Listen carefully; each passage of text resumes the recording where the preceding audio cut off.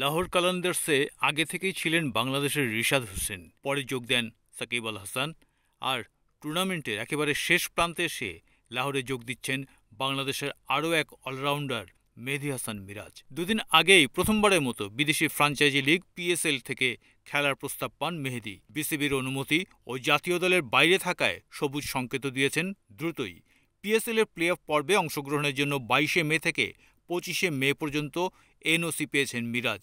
চলতি পিএসএল এর একেবারে শেষ দিকে বাংলাদেশের এই অলরাউন্ডারকে লাহোর কালান্দার্সের জার্সিতে মাঠে নামতে দেখা যাবে।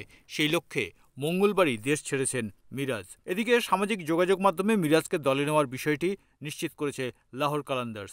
মিরাজ দলে এসেছেন সিকান্দার রাজার জায়গায়। প্রসঙ্গত, পিএসএল শুরু হওয়ার পর ড্যারেল মিচেলের জায়গায় সাকিবকে দলে নেয় লাহোর। তবে দলটির জার্সিতে সাবেক বাংলাদেশ অধিনায়কের সুখকর হয়নি। প্রথম বলে আউট হয়েছেন গোল্ডেন ডাক নিয়ে। এরপর 2 ওভারে 18 রান দিয়ে উইকেট শূন্য ছিলেন সাকিব। তবে সাবেক এই বিশ্বসেরা অলরাউন্ডার ভালো না করলেও লাহোর সেই ম্যাচ জিতে পিএসএল এর প্লে অফ নিশ্চিত করে।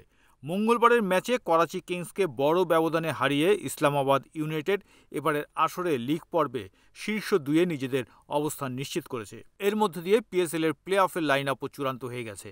পিএসএল এর এবারের প্লে অফে যাচ্ছে Quetta gladiators, Islamabad united, Karachi kings এবং লাহোর কালান্দার্স। 21শে মে প্লে অফের প্রথম কোয়ালিফায়ার ম্যাচে মুখোমুখি হবে লিগ পর্বের শীর্ষ 2 দল কোয়েটা গ্ল্যাডিয়েটর্স এবং ইসলামাবাদ ইউনাইটেড। পরদিন 22শে মে এলিমিনেটর ম্যাচে মাঠে নামবে বাংলাদেশের সাকিব, মেহেদী আর রিশাদের দল লাহোর কালান্দার্স।